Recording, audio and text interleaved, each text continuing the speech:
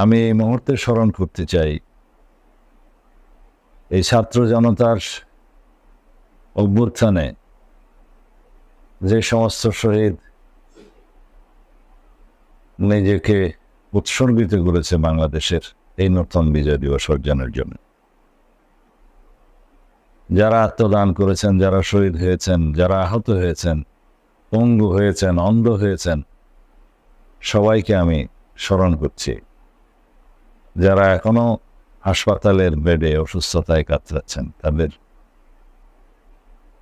দ্রুত আরোগ্য কামনা করছি।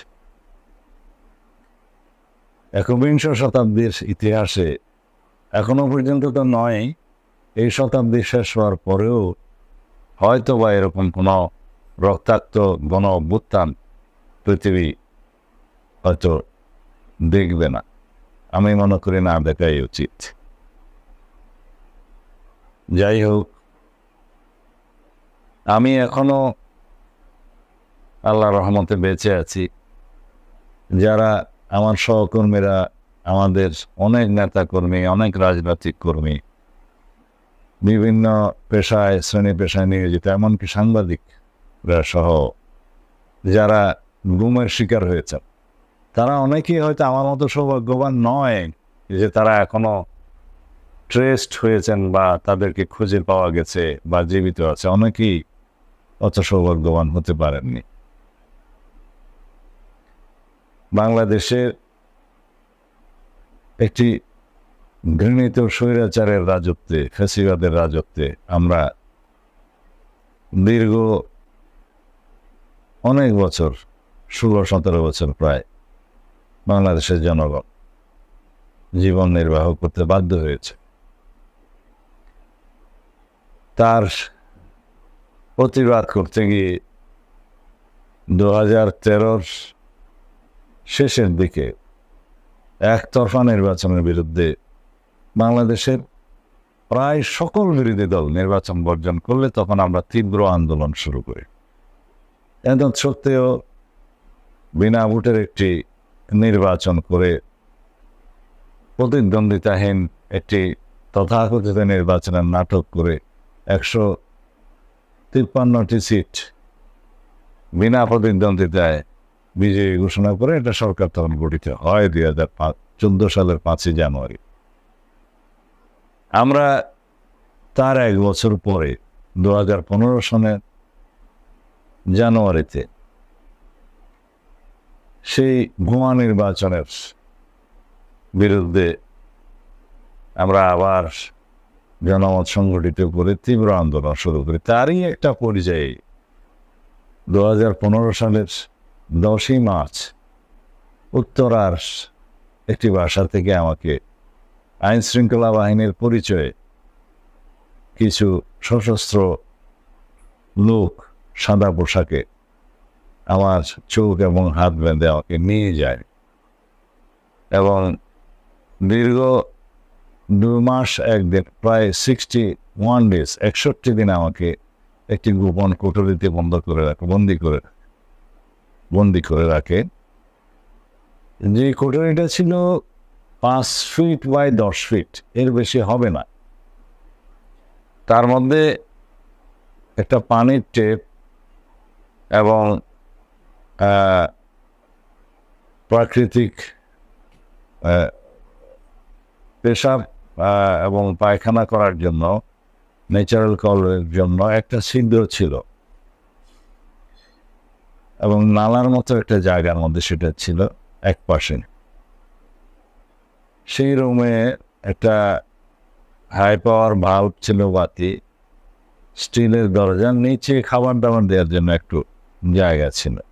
বাইরে একটি প্যাডেস্ট্রাল ফ্যান চালু রাখতো সবসময় বাতাস আসা যাওয়ার জন্য।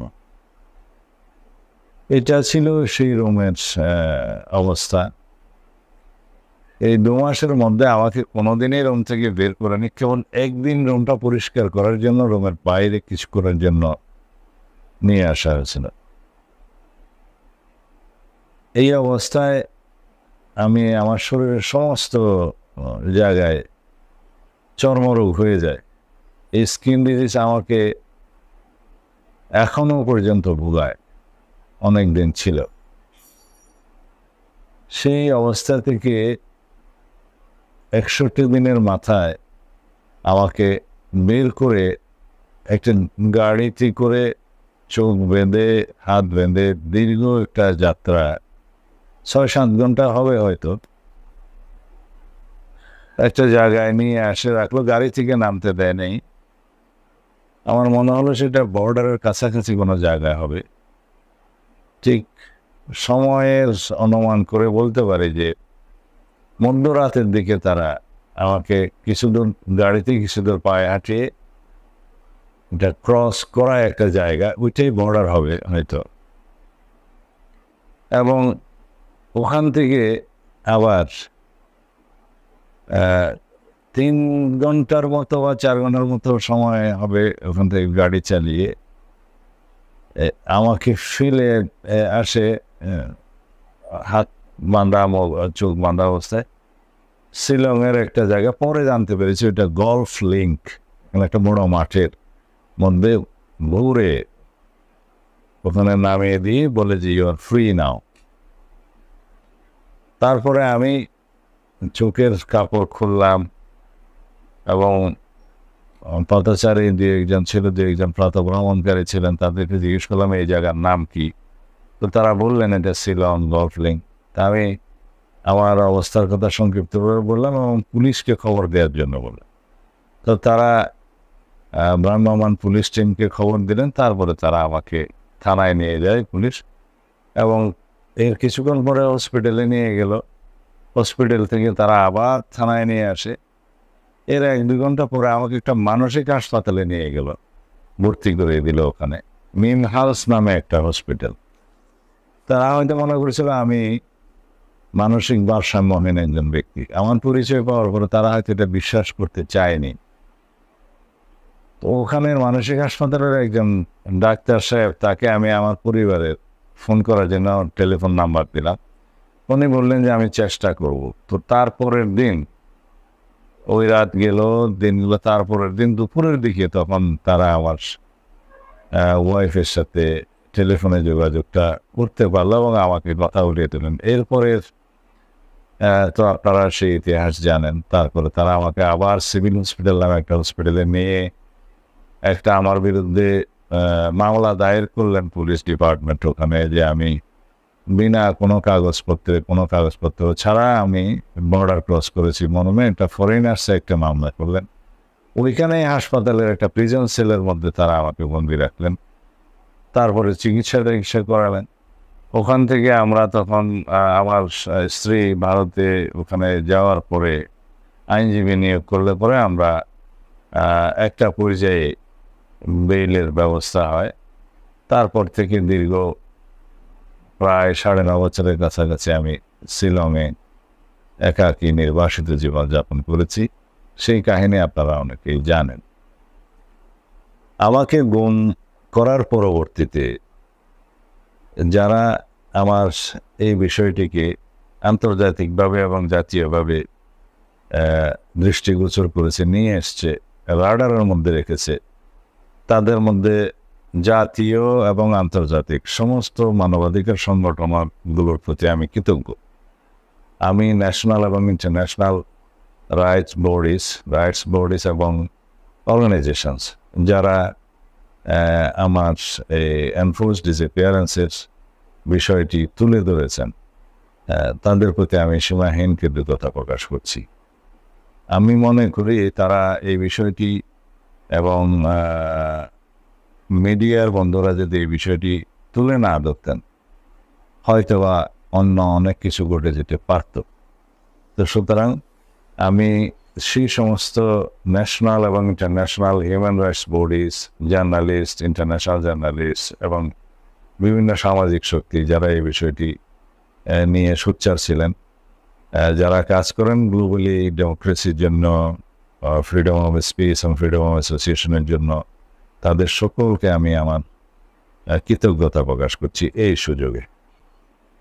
বাংলাদেশের আপামর জনসাধারণ এখন একটি নতুন দিনের প্রত্যাশা করে, যেই বাংলাদেশে একটি গণতান্ত্রিক রাষ্ট্র ব্যবস্থা থাকবে, স্বাধীনভাবে মানুষ মতামত ব্যক্ত করতে পারবে এবং স্বাধীনভাবে সমাবেশ করতে পারবে, সব ধরনের সাংবিধানিক এবং মৌলিক অধিকার বজায় থাকবে।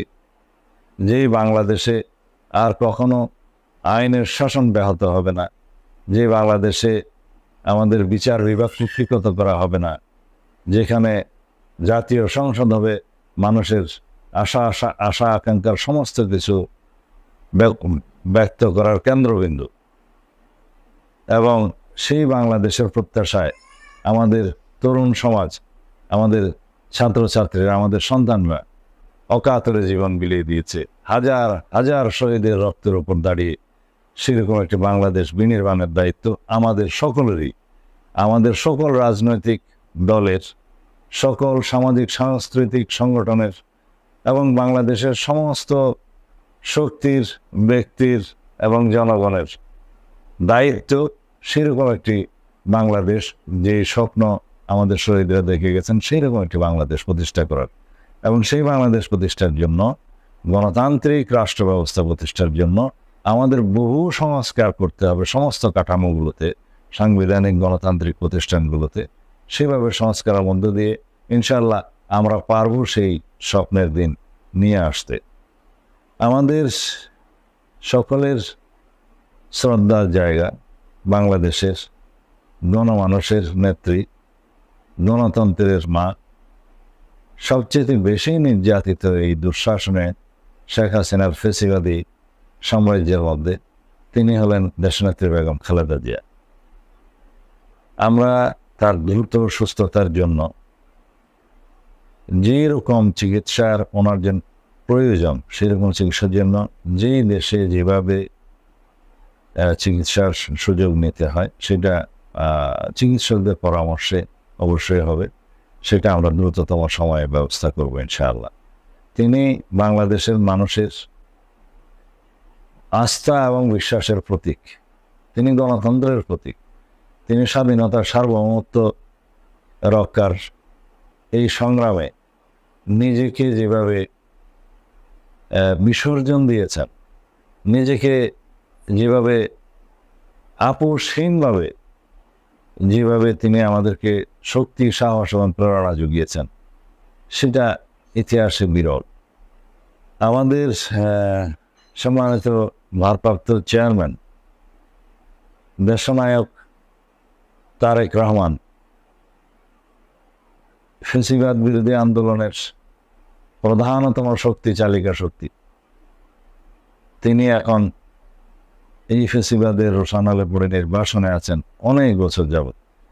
আমরা আশা করি বাংলাদেশের তার প্রত্যাবর্তন খুব শীঘ্রই হবে। তার আগে আমরা তার আগমনের জন্য এখানে সুষ্ঠু পরিবেশ সৃষ্টি করব ইনশাআল্লাহ। আমরা আশা করছি তিনি সেটা বিবেচনা করছেন যাতে দ্রুত ফিরে আসা যায়। অন্তর্বর্তীকালীন সরকারের প্রধান উপদেষ্টা এবং উপদেষ্টা মণ্ডলীগণ দিন রাত পরিশ্রম করে যাচ্ছেন। এখানে গণমানুষের পক্ষে, বাংলাদেশের মানুষের পক্ষে আমাদের অনেক পরামর্শ দেওয়ার ছিল, আমরা দিয়েছি। তার মধ্যে অত্যন্ত গুরুত্বপূর্ণ হচ্ছে যে খুব সংক্ষিপ্ত সময়ের মধ্যে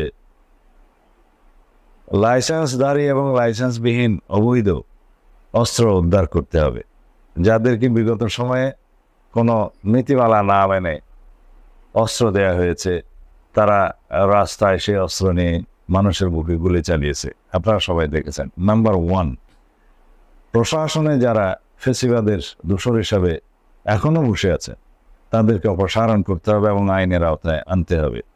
স্থানীয় সরকার নির্বাচনের মাধ্যমে তথাকথিত একটি নির্বাচনের নাটক সাজিয়ে যাদেরকে এখনো পর্যন্ত উপজেলা পরিষদ চেয়ারম্যান, ভাইস চেয়ারম্যান, পৌরসভা, সিটি কর্পোরেশনে বসিয়ে রাখা হয়েছে, তাদেরকে অপসারণ করতে হবে।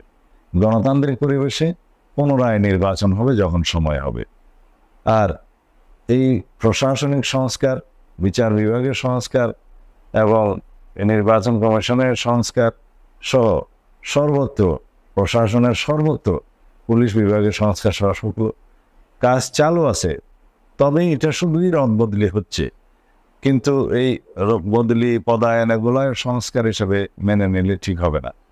এখানে আমাদেরকে অবশ্যই এমন একটি প্রশাসনিক, এমন একটি বিচার বিভাগীয়, এমন একটি কাঠামো সৃষ্টি করতে হবে সর্বত্র, যেটা একমাত্র কমিশন গঠনের মধ্য দিয়ে সেই সুপারিশগুলো আমাদের জন্য যথাযথ হবে। যেমন বিচার বিভাগের সংস্কারের জন্য, প্রশাসনিক সংস্কারের জন্য, পুলিশ সংস্কারের জন্য, অন্যান্য বিভিন্ন জায়গায় সংস্কারের জন্য, দুদকের সংস্কারের জন্য একটি কমিশন বসিয়ে সেই কমিশনের মাধ্যমে রেকমেন্ডেশনস নিয়ে তার আলোকে এই রাষ্ট্রীয় প্রতিষ্ঠানগুলো সংস্কার করলে তাহলে করে সেই সুফলটা আমরা সামনে একটি সুষ্ঠু নির্বাচনের পরিবেশ এবং রাষ্ট্রের জন্য একটি সুষ্ঠু নির্বাচনের পরিবেশ সহ একটি গণতান্ত্রিক পরিবেশ আমরা সৃষ্টি করতে পারব। কারণ ফেসিবাদের দোসররা বিগত 15-16 বছর যাবৎ সব জায়গায় তারা বসে আছেন। তাদেরকে বহাল রেখে, এখানে সংস্কার না রেখে বাংলাদেশে আমরা একটি গণতান্ত্রিক পরিবেশ কামনা করব, এটা কিন্তু সম্ভব হবে না। আমি মনে করি এগুলো মাননীয় প্রধান উপদেষ্টা এবং উপদেষ্টাগণ এটা সক্রিয় বিবেচনা করবেন এবং যথাশীঘ্র এগুলো বাস্তবায়নের জন্য ব্যবস্থা করবেন। তখনই আমরা একটা ফ্রি ফেয়ার ইলেকশনের জন্য একটা কন্ডাক্টিভ একটা অ্যাটমসফিয়ার আমরা ক্রিয়েট করতে পারব। তা আশা করি এই বিষয়ে